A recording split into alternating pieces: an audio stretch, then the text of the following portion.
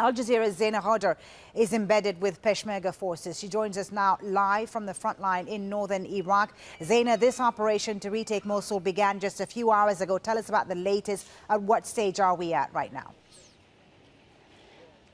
Well, as dawn broke, thousands of troops headed to the different front lines surrounding the ISIL-controlled city of Mosul. We are on one of those front lines, southwest of Mosul.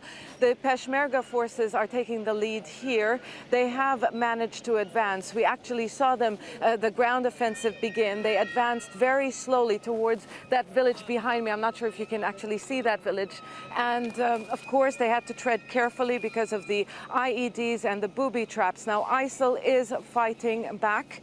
We saw them send a suicide car bomber towards the Peshmerga's positions, but the Peshmerga forces managed to destroy the vehicle. ISIL is also firing mortars. So ISIL still not giving up, but what we understand from the commanders on the ground is that they have taken territory, and they're hopeful that they will be able to clear the outlying villages of Mosul by the end of today and reach an area known as Hamdaniya. You can hear the heavy artillery and airstrikes. You can see the U.S.-led coalition planes in the skies. This is very much an active front line. Zaina, the concern, of course, is for the civilians who are trapped inside Mosul. Many fled, but many remain, up to 1 million civilians. What is going to be done to minimize civilian casualties?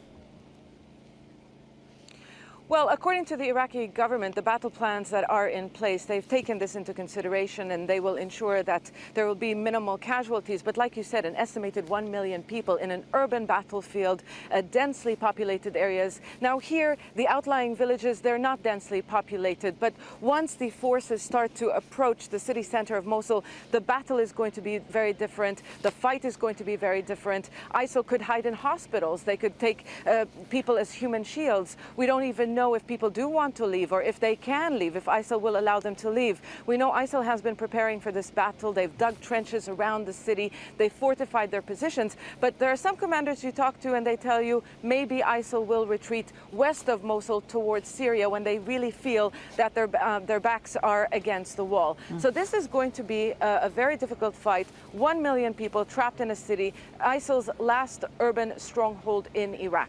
The Iraqi forces, you're with the Peshmerga right now. The Iraqi forces, of course, involve several alliances, the Peshmerga, several battalions as well. This is not an easy alliance, Zaina. Talk us through the challenges that this alliance faces in this battle. Well, here in the north, you have the Peshmerga who are taking the lead. The Iraqi army, as well as counterterrorism units who are actually trained by the U.S.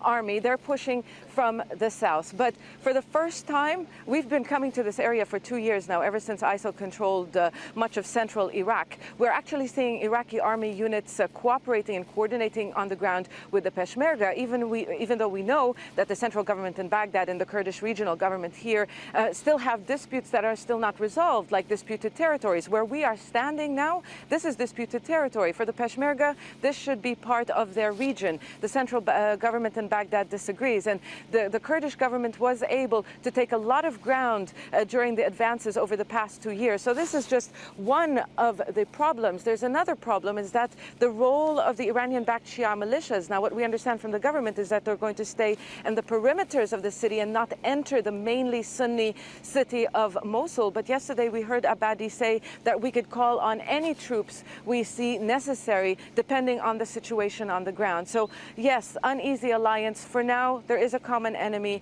This is what brings them together. But all these different groups have conflicting interests. What happens if and when ISIL is defeated? Zaina, how long do they expect this operation to last? How long is it likely to last compared, let's say, to the operation to retake Fallujah?